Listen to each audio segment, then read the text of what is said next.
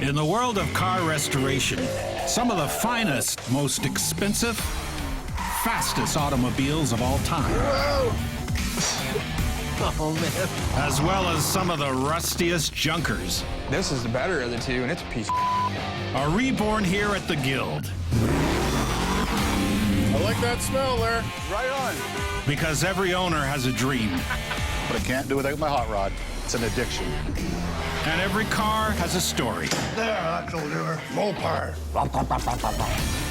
And these are the restorers who turn rust into gold.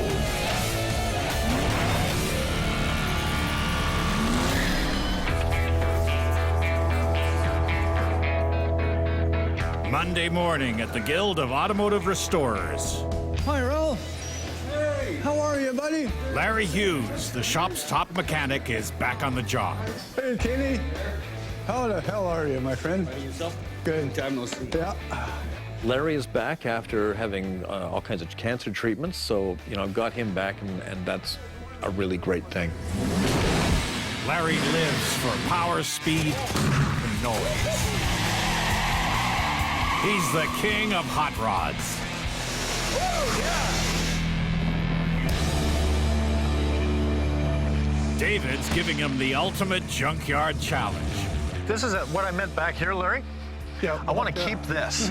Well, what Dave's asking me to do is building what they call a rat rod. It's a car built from a variety of used parts and leftover parts from other projects. And what I want is when you lift it up, use this stuff, but I want the gas tank sort of in here. The whole idea of a rat rod, it's a dollar and cents thing. It originated from people that didn't have a lot of money, but time on their hands. The rat rod is a distant cousin of the hot rod. 1945. The war is over and servicemen are coming home to a whole new world where the average salary is about $2,500 a year and the cost of a new car is nearly half that. You know, at the end of the Second World War, guys built rat rods because they couldn't afford to buy cars. They could afford to go to a wrecking yard and spend 20 bucks getting all the bits and making something that they could drive around. The hot rodders modified cheap old 1930s Ford Roadsters, dropped powerful engines into the lightweight bodies, and turned the old cars into high-performance street machines. Then it developed and it changed, and the 60s brought up these big customs, and you know, by the 90s, people were spending $500,000 to $1 million building really high-end, high-tech rods. The recent rat rod scene is a return to the roots and spirit of the early hot rod, a display of wild mechanics and creative aesthetics cobbled together from dirty old bits and parts scavenged from rusty relics. First thing is we'll go over the engine. Yep. I mean, I love this thing, and I mean, it says Packard Thunderbolt right on it. It'd be nice to turn this into a piece of jewelry. And then the rest of the car is just rusty and beaten up. Yep. The Packard engine for the rat rod wouldn't have been my choice at all, but Dave wanted to use it. He wanted something unique and different. These are pilot, co-pilot seat out of an A-26 Invader World War II bomber. You know? Unbelievable. This thing's going to be incredible. Yeah, I mean, that'll be neat. Talk about a junkyard dog. He wants to put a pair of World War II aircraft seats in it. Now, that'll be a joke, but that's what he wants. Yeah, that's sick, buddy. You need a set handle. We have that, too? Just Are you Yeah. She's got Cadillac lights. He's got old Dodge lights. We're not really having to source parts out from outside the building. Like I said, there's enough junk in here to build it. Doesn't take millions of dollars to have fun in a car. Whatever they had in their garage laying around, they'd slap it on, make it go fast, take it down to the drag strip and burn the tires off. Ken, there's been something living in this engine. It's made it its winter home. The soul and the heart of hot rodding is right there. Hey, Larry. Oh, my torches! Jay, the Guild star metal fabricator, will help Larry shape the rat rod into a work of rolling art. Beautiful. You're good. I love the idea of doing the rat rod. I mean, I think it's great. It's creative, it's artistic, it's totally different. The first challenge is fitting David's bomber airplane seats into the narrow cab. How cool is that That's seat? going to be a one-man car, though. We have to put the other seats somewhere else. I can't believe that you can't put two of them in here. Well, the cab's too narrow. The only thing that I really want to stick with is the seats. Well, I started saving those for years just for this project. What do we need 2 seats for again? Awesome. This is a chick magnet. If I'm out picking up chicks, it's not going to be any fun to try to pick them up, put them in the seat way behind you. Here's the million-dollar question. Yeah, man. Would you and your ladies of the evening be able to have sex in this car? Ladies. No woman would step in this car without a tetanus shot. Not gonna happen. The women you hang around with? Oh, Lord. Across the shop, Tom and Alex are talking to the owner of the Guild's latest multi-million-dollar project. You know, we can either do this car so it tries to win Pebble Beach or win a class at Pebble Beach and make it as pretty as possible, or we can make it as true as possible. Chris Orstrom owns the Alfa Romeo project. He completely gets restoration, and that's because he is completely involved in it himself. Chris is an avid preservationist and social entrepreneur. When it comes to his cars, he expects every last detail to be 100% historically accurate. This car is very, very important. It's a lot of responsibility. And my aim for this is that when this car is finished, it's going to be as if it had been frozen in the moment of completion in 1946. And we're basically doing a full-blown restoration to Concours standards, so it has to be 1,000% show quality. This is what sets us apart from Camaros and Mustangs. You can't buy stuff for these cars. It either is made or fabricated, and most of the time from pictures and experience. This is what it means to build a hand-built car. This is how you do it. You beat it out by hand. They make power hammers and things like that to do this job, but to me, this is the proper way to do these sort of things. Alex is building a front inner fender for the Alfa Romeo. It's a day's worth of work that in the end, no one will see. So this piece goes way up in here, eventually hides away, and that protects the body from stone chips and stuff like that getting flown and denting it from the inside. The body work on the Alfa is underway, but another piece of the puzzle is missing: the engine. Mr. Mike, I just wanted to get back to you on our conversation we had yesterday about the engines. Mike, hold on. Okay. The Guild's new manager, Mark France, is in the hot seat. Okay, so you're basically telling me that you're not going to release the engine. You're not going to make it easy for me if I have to go back and tell David that you are not going to release these 2 engines that have been paid. Several of the Guild's engines are rebuilt by a local shop. But the shop refuses to deliver the Alfa's engine until all the engines are paid for in advance. Look, I'm going to have a conversation with Dave, and I'll give you a call back, say, after lunch. He cannot hold the product that we've already paid in full for, that the customer has paid in full for. He's a self-righteous, pretentious prick. You got to let that stuff slide off your back. I would pay him the $8,900 and get everything that we have out of that shop and get it here. Then it's done. Well, that's up to Dave. So I said. So you talked to him? I had that conversation with him. He still got a few issues. They won't release those motors until we pay for everything in full. Tell him that if he holds those, he will end up with a lawsuit that will break him. I do have a problem with the guy holding the Alfa Romeo's engine ransom against getting paid for engines that are completely nothing to do with this. The hijacked engine is delaying the multi-million-dollar car restoration. The Alfa Romeo is scheduled to premiere at the prestigious Pebble Beach car competition in a few short months. It's absolutely critical that we get this damned Alfa engine in this time because, I mean, without that, the whole project just comes to a grinding halt.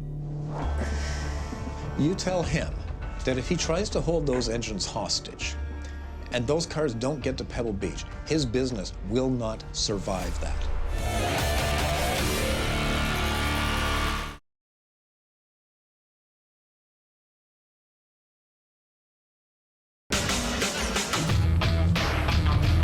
The Guild's latest project roars into the shop. Looks pretty good to me. Nice, eh? This 2003 Ferrari 575M Maranello looks like it's in perfect condition, except to its owner. I'm a car nut. I'm like a gearhead, so I love these things. I love machines. That's my baby, so I got to look after it. And they'll do it. Well, when I was putting it away for storage, I came across the bubbles coming along the weld here. Things like this, I want to make sure it's done right away, otherwise it'll continue and just eat everything up. A couple little rust bubbles might not look like a serious problem, but for car fanatics, rust is a deadly cancer. I don't want to replace the hood. I looked at the price on that the other day, $27,000 just for the hood, so. Is that all? That's all, yeah. When we're dealing with vehicles like the Ferrari, these are six-figure cars. These are more than vehicles to people. They're members of the family. They tend to be very attached to the vehicle. So I took it to you guys because I want a good job, and I know you guys do good jobs, so here it is. Okay. Thanks, guys. Thanks, guys. To them. See you later. Okay. I'm going back to work. Mark's attention returns to the Alfa Romeo's missing engine. Okay, Mike. Okay, talk to you tomorrow. Bye. The engines for the multi-million-dollar Alfa and several of the Guild's other projects are being held hostage. In order for me to complete this project on time and get these cars to Pebble Beach, I gotta get those engines back. I came to a decision where we are going to pay out the balance for those motors and go and pick them up. Did you speak to that idiot? Yes, I did. What's going on with the engine? He's got them all ready for us. Again, we'll bring him a check to pay out For what? balance. No, they're paid for. All but one. The Diamond T motor. Yeah, but we're not. I don't want to pick up the Diamond T motor. I don't care about that one right now. Right now, I'm not very happy. The engine builder's got 4 of my engines. I want the Alpha engine back. He's saying, well, you can have it back, but you got to pay for all the engines at the same time. They better come back. They're not to be held hostage against some $8,900 bill. I'm just worried about reprisals. So we're paying him? Just to release the Diamond T, and then we cut the cord with him. Just it pisses me off. I'm just fed up with these We'll pick up everything and divorce ourselves from this company, and we never see them ever again. Okay. Okay, thank you. On the other side of the shop, it's all about the rat rod. Larry's prepping the frame to support an old Packard engine. It'll be underpowered. It's just not my cup of tea. It's not going to have the punch to it that I'd like to see in something like that. But it'll serve the purpose that he wants. He doesn't want a speed demon. To improve performance, Larry mocks up a new steering rack. Old Packard engine is really heavy, and this little steering box isn't going to cut it. I would like to use this. It's modern. It's a modern steering rack. It was brand new, but it's much more efficient than an old steering box. Oh, I see you got rack and pinion on there, eh? Be nice Yeah, and, you know what? I mean, And it's the first thing the boss notices. it's all clean and shiny and stuff. We'll make it look dirty somehow. I took it upon myself to make some brackets and install that on the front axle, and it would have been a nice, modern, safe, dependable steering system. But as soon as Dave saw the new part, he said, no, I don't want that. Take it off. You couldn't have found some beaten up rusty piece of crap to stir with, could you? At that moment, I thought to myself, oh boy, he's not getting this. He hasn't been listening. I don't want power steering. I don't want shiny anything. It's a junkyard dog. I don't want any new parts going on. Rat rod is just not, there's no new parts. Yeah, yeah. It's too modern of a part. It clashes with the rest of the idea of the car, which, in a sense, I understand. In a way, I do agree with them, but the car has to steer and brake and function in a safe manner, and that's the direction I was going in. When you do the headers, let's do a similar sort of 1930s rocket ship look to the headers. Okay, yeah. You know, Larry's used to doing that a certain way. You know, he's never done a rat rod before. It's a whole new thing to him. So, I mean, you got to kind of stick true to that. You don't just want to go out and polish everything, put on all the little shiny bits. You know, that's more the hot rod end than the rat rod style. Jay. Yeah. I got to get you off down to California for probably 2 days. You okay? Okay. I think Dave, asked me to go to Los Angeles to actually see, what's going on with the whole rat rod scene and actually see just the car culture in general there. I mean, that's where it all started, really. What about, like, everything I got going on here? Well, you know what? You're just going to have to drop it for a couple of days. Jay just sort of slipped into this whole rat rod thing, mainly because he's got that same kind of edge to him. I want to make sure that this is getting done right. I would go, but I just don't have the time. Okay. I get to go to California.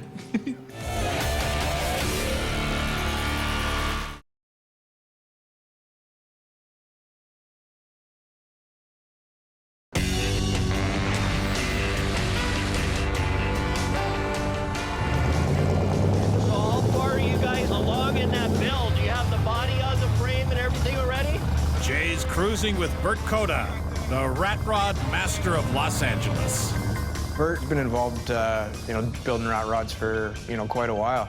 He's got a build, featured in a magazine. He's a couple that he's got currently on the go. He's a talented guy. All right, well, this is it.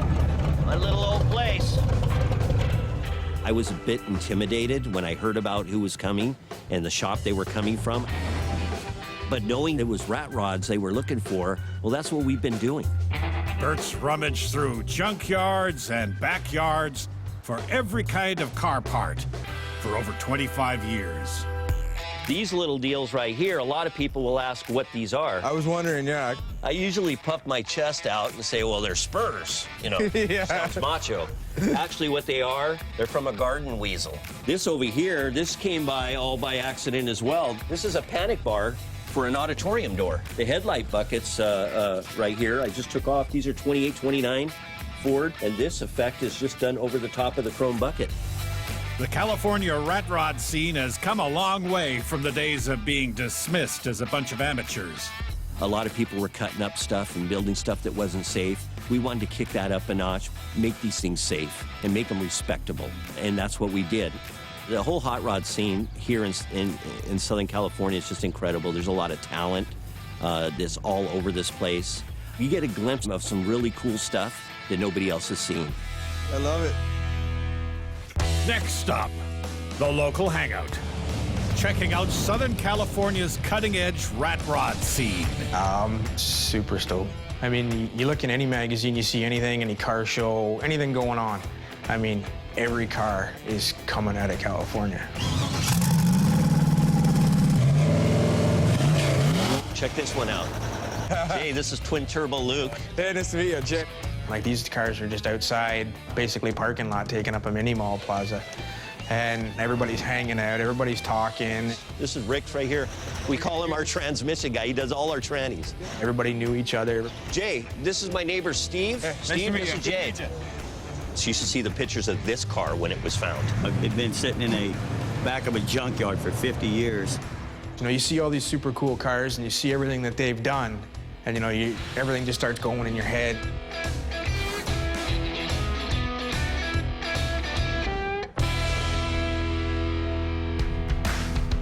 Corey, this is Jay. Hey, nice to meet you. Tell them a little about what you built. Go-kart on steroids. Yeah. Put the wheelchair in the back, pull it out, hop in, all custom. I'm thinking, okay, well, we could do this, we could do this, we could do this, but you also don't want to copy everything that's somebody else has done. What's the deal with the blades? Just to cover up the intake because it's ugly. Yeah, nice. Yeah. You kind of just sort of pick all the really cool things you see on the mall, which is a lot of stuff. The more times you walk around it, the more stuff you find. Actual beer can, right? Yeah. And then find your way with it, sort of adapt it, get ideas of what you could do, with your own build.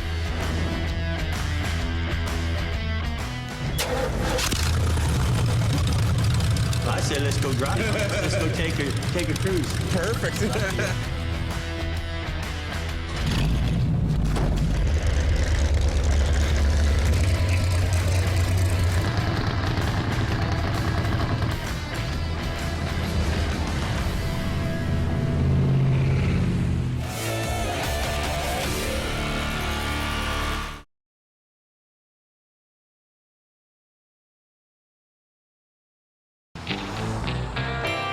At the Guild, new manager Mark is making some changes.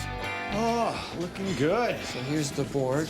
This board will give you a quick synopsis as to every single job, what stage it's at. The way I like to look at it is, if I got hit by a truck on my way home, this business continues to move forward because everything is on the wall. Looks great, Ralph. Yep. It looks really great. One little addition and we're done. Yeah. Very cool. Mark's money-saving, profit-making, foolproof whiteboard doesn't impress. Do you know how many boards I've seen in the last 25 years? I'm just waiting for the first one to actually work. What this board is a live document. All of the jobs that we're going to have are going to be on this. Mark just unveiled his whiteboard, and we've done it before. Just break that into 2 columns. Okay, we can do that. We'll just have to get a sharper pen. Should have used thinner electrical tape. I think. Mark says he wants to make some changes, but we'll see. We'll see how things go. We can all work together and, you know, make this a lean, mean machine. We'll all benefit in the end. Thanks, guys. It looks a lot more professional, so it looks better than a chalk on a board. Okay, you go first. What is this, X's and O's? Tic-tac-toe. Kill the time, I guess. Yeah. Next break, we'll play a game. Jay's not playing games on the West Coast. He's touring the Southern California rat rod scene. I'm in this badass car ripping down the road. You look around, you got one in front of you, one behind you. All these super low, super mean, aggressive cars, and you're ripping down this road, and you got the ocean on the one side, and like it's a dream come true. Like, that's unreal. Rat rod expert Bert Koda will introduce Jay to some of the top pros. You'll find that these guys don't keep secrets. Everybody's very willing to share their little tricks of the trade, you know? We went to John Moss's shop. He's got Brass Junkie. Welcome to Brass Junkie. Thanks. He's kind of an artistic genius, I think. Like, his work is fascinating. You gotta look in all the nooks and crannies in here to find everything. He doesn't just do, you know, cars. He does furniture and, you know, woodworking. He's kind of on another level again. It's my coupe. It's my 32 coupe. Well, this particular finish, it was pretty much raw metal when I got it. Really? It's something that, you know, we could definitely incorporate into our car, the rat rod we're building at the shop. Well, I can give you a quick sample right now if you got a minute. Really? Yeah. That'd be amazing. Sure, no problem. Yeah. He actually showed me how to take a new piece of steel and apply a few simple techniques, and you come out with this rusted, patinaed finish. Wow. But you see, I didn't spend a lot of time, but, you know, you can get some really cool effects in there. You know, It's exactly opposite of, you know, what I'm used to doing. I'm used to getting rid of all that stuff. You get those moments in your life where, you know, you feel like you've actually, like, really learned something, and you feel like that much more enriched. And like, this is all about. This is totally one of those moments. Cool. Like, yeah, I'm totally overwhelmed, dude. I can't wait to see what you pull off. Yeah. Definitely send me some pictures. I will. Yeah, I will. Great, great. Thanks. Yeah. Let's get to the next place. Oh yeah, back in. We got more tips to pick up. Jay's headed over to Hell Train Street Rats, another pack of rat rod fanatics. How's it going, Mitch? These are the guys that are stepping up the game. These guys that you're visiting, these guys that you're riding with, we want that look. But more importantly, it's the quality.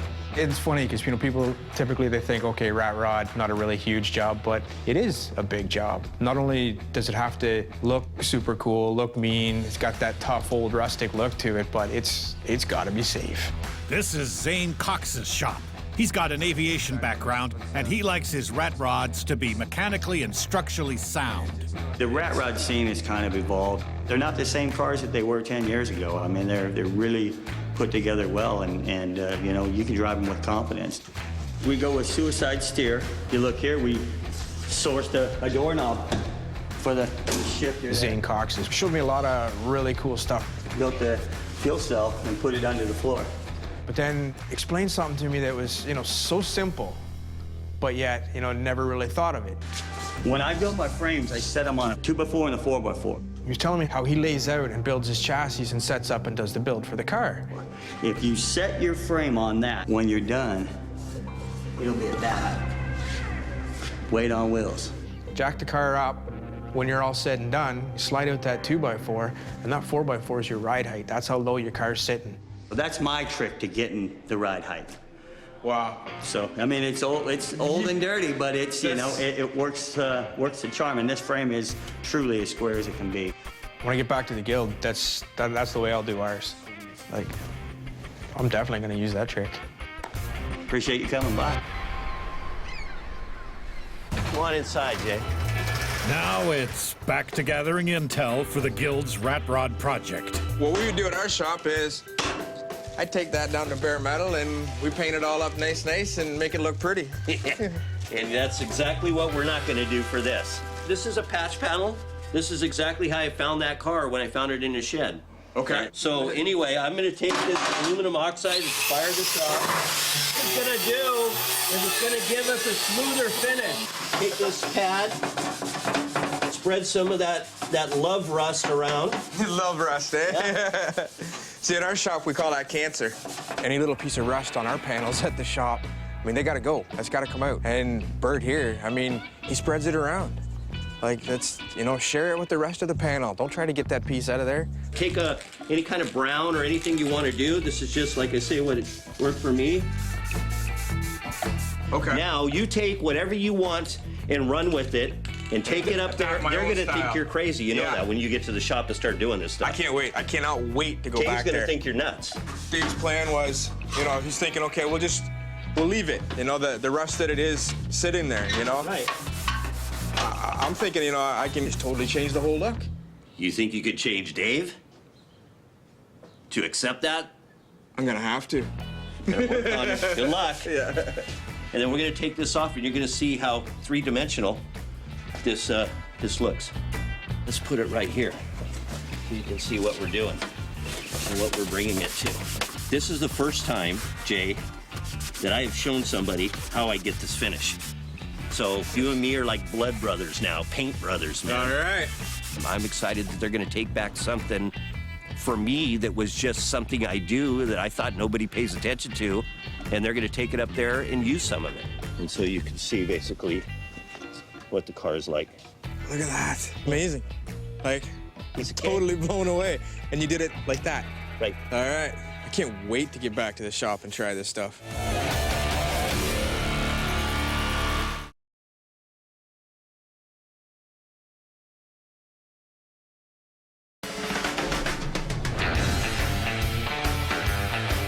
There's no love rust being spread around at the Guild.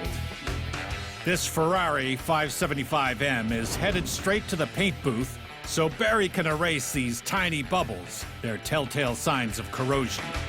It's kind of a boring job, doing small little intricate blow-ins like that. I'd rather be airbrushing something, but it has to be done.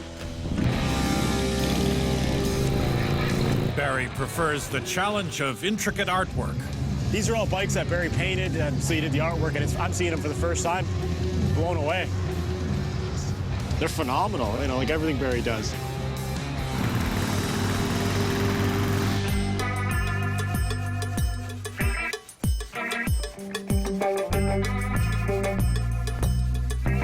It's just boring as hell.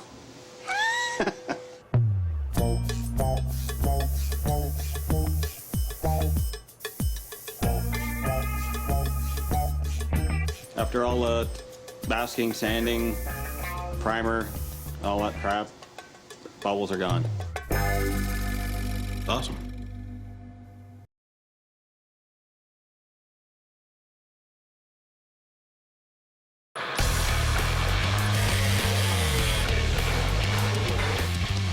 Paul, engines are in, eh? Yes. The engine of the multi-million-dollar Alfa Romeo has finally arrived for a small ransom. It's a lot of pieces missing. Oh, really? One of the most stressful things I've got going on right now with the bloody Alpha is that I find out that the engine has gone out to this blithering idiot engine builder, but he hasn't finished the engine. Fuel line's got to be made, the dipstick, all the water lines from the water pump up to the manifold, and we're going to have to make some pieces for it. Oh, that's nice. After paying over $23,000 for the engine rebuild, David discovers the job is not up to par. They've assembled it, but they've used modern, completely wrong I know we got to change hardware. every nut and bolt So, on the you know, external. when you look at this damned engine, it's covered in modern hardware. It's crap. So we'd have to take the whole damn thing apart and put in all the right hardware. You'd think, having dealt with this for I don't know how long, that they would know better, because I just don't trust anybody when it's not done here. If I was to drop this engine into this car and take this to a concours and we opened the hood for Josh and he looked at that, he'd just walk away and go tick, tick, tick, tick, tick. And that would mean we wouldn't even be considered. Alrighty. Alrighty. Good, Paul, thank you. Yep. While the boss stresses over the multi-million-dollar Alfa Romeo, Well, hello, Jay, and welcome back. How's California? Amazing. Amazing. Nice. Great. Jay's got one thing on his mind: Well, if we all went at her, by next week we could be driving it. a rat rod. Getting back to the Guild, you know, after being in California and just seeing what they do out there, It's got to come down at least that much. I saw right away that the car had to come down. That's way too far out. You know, Larry just kind of took liberties and went in his own direction with how he thought, you know, the rat rod should be built. Start cutting. But I can see some necessary changes. I was taught out there by this guy, Zane, was to build the car on 4x4s with a 2x4 on top. So you build your whole car sitting on that. When you're done, jack it up, pull out that 2x4, and that 4x4 is your final ride height. Because your sag, with all the weight and everything in your vehicle, It's 2 inches. Yeah, is going to be that. No, see, now that's clever. Isn't that genius? Yeah. Typically with rat rods, I mean, they're low, lean, and mean. And the initial chassis that they wanted to use for it needed to be modified in order to make that happen, to get that look. So we're dropping it down. It's going to have 4-inch clearance on the bottom? It'll look good. Yeah. The way I would have set it up on a frame table would have taken 2 days. The way Jay sets it up on the floor takes about 2 minutes. Okay, good. Well, I'm glad it was productive. Well, that's a direct insult to me because I'm the one that worked on it. I think what was happening, Dave didn't really know what he wanted until Jay come back and informed him how the pros, quote, are doing it in California. Like it or not, this junkyard dog goes for a full-on reverse engineering. Body is welded to the frame. So I'm gonna have to cut her loose.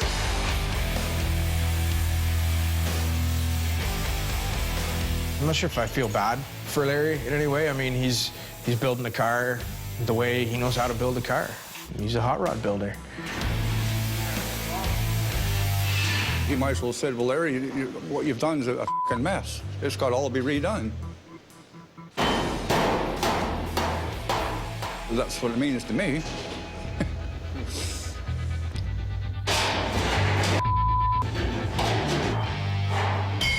Now there's probably nobody around to help.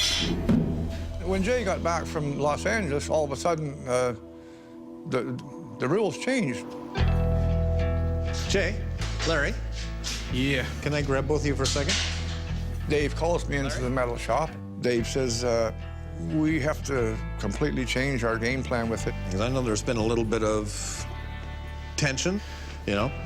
So I just want to cover off things as far as like this being a team, okay? I sort of had to go in and bang their heads together because I need them to be a team. I don't need one guy to be mad because the thing's not going his way, because at the end of the day, it's got to go my way. Jay was always supposed to be doing the metal work on the thing, and you were always supposed to be, you know, working on, you know, all the mechanical stuff and everything during the build, and I'm the guy designing it, right? Yeah.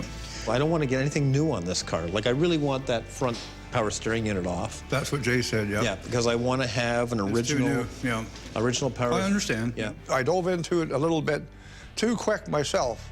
I should have slowed down a bit, but that's okay. Live and learn. Basically, what's going to happen now is we got to drop it. We're going to move it back, give the engine some more room, right? Widen it in the middle, narrow it in the front. Yeah, we can do that. That's not a problem, yeah. It's good, you know. I'll do the metal. He does the mechanical. It's a pretty good pair. This is it. I mean, this is a dream team, as far as I'm concerned. Yeah. There's no reason why that shouldn't work out real good. All righty. Good. It's great. I like it.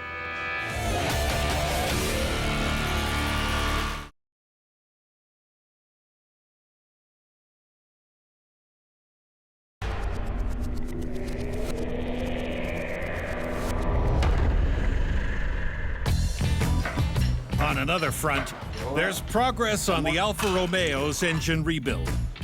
Oh, I'm just sorting out nuts and bolts and fittings and through the book trying to figure out like the lines, the fuel lines, the water lines and all that kind of stuff, what they're supposed to look like. But another issue here is it's all in Italian. This looks like a job for the Guild's new manager. I was looking for someone to tell me what these words mean. Where do you want to start? Try anywhere. I'll decipher all of this for you. I'll print it out in English and I'll bring it out to you. You will. Is that good? That sounds... Give me 2 minutes. We spoke Italian in the house, but when you grow up, if you don't use it, you lose it, kind of thing.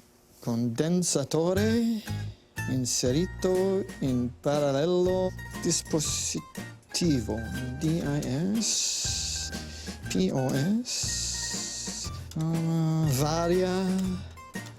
Varia. Okay, device in advance to control automatic centrifugal force varies depending. R-U-T-T-O-R-E. Rispetto. And there we go. Paolo, I got you a nice, beautiful translation. That's awesome. Okay? Thank you very nice. That's Eh? Arrivederci. Arrivederci. Say arrivederci. Arrivederci. Arrivederci. There we go. That's proprio.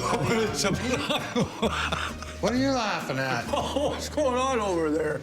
Arrivederci. Holy soprano.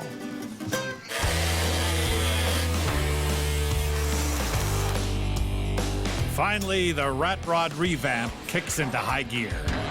Getting less and less of it all the time. Getting lighter and lighter. It had to come down. The body had to get lower. I mean, it was sitting on a, like a hot rod angle.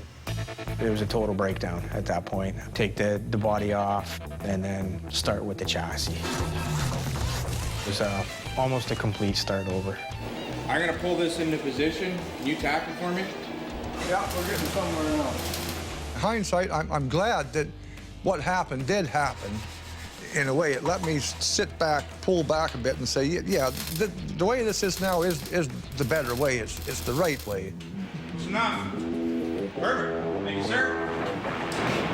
Good old teamwork. Now Larry's ready to fire up the old scavenged Packard engine. I'm looking forward to this engine firing up because I've had it hanging around for years, never heard it run. Seeing it as a living, breathing entity is going to be great. There was an old engine that was sitting upstairs full of rust and dirt and all seized, and it's alive again. Pretty good, eh? She's good, yeah. Pressure's good. I like it. In the world of car restoration, the end game is a happy client. I'm just getting the Ferrari ready for the owner to come in and pick it up. It's been sanded and polished, and looks awesome. It was a small job, but for the owner, it's all in the details. I like the GT look. I like the long hood on the front and the short back on it. Like the V12 aspect of it, the Ferrari V12. It's just the way it drives.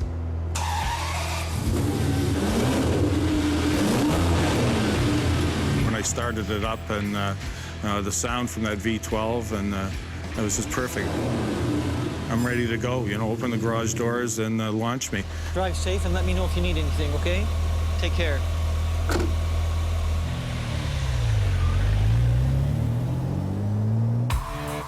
Across the shop, the Guild's premier restoration project gets a break. So how you doing? The Alfa Romeo's engine is close to being fired up. This engine's got to be ready for a major event in the States in August. If it's not, it will be a huge embarrassment to everybody. The owner, the company, me personally. I mean, we have to have it ready. Can I hear it? Yep, sure. It works. Yes, it sounds awesome, actually. With a roaring engine, the Alfa Romeo can move on to the next phase. It's all starting to come together. So, once the engine is in place, I start to feel a little more comfortable. Major milestone. It is a major milestone.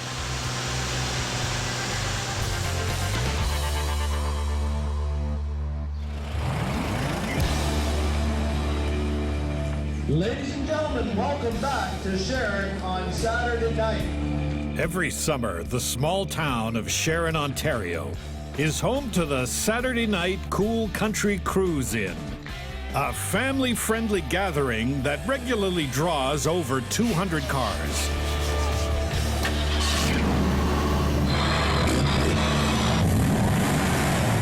Out here, anything goes.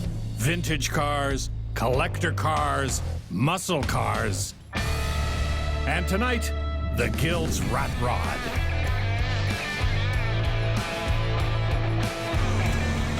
It was a real good feeling getting that car out in the ground, get it driving, you know, let people see it, you know.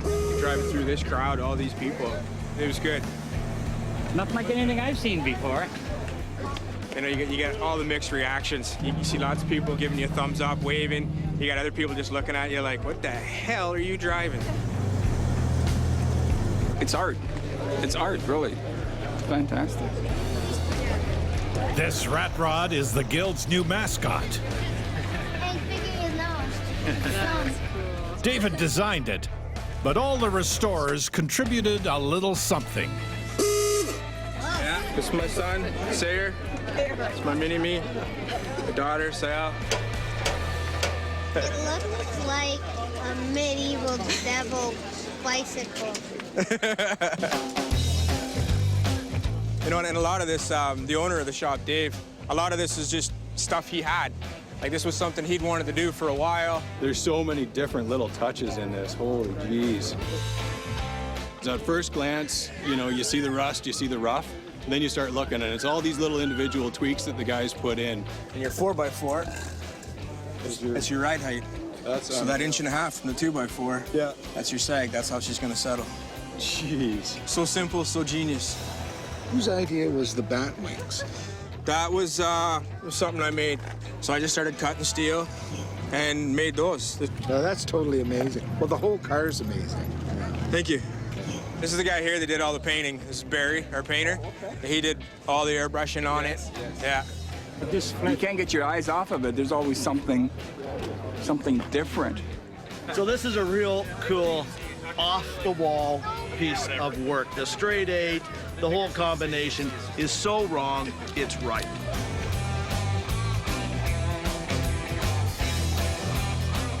In the end, this is what I like to do. It's part of you, even though it might be somebody else's car and you built it. There's part of you in there for sure.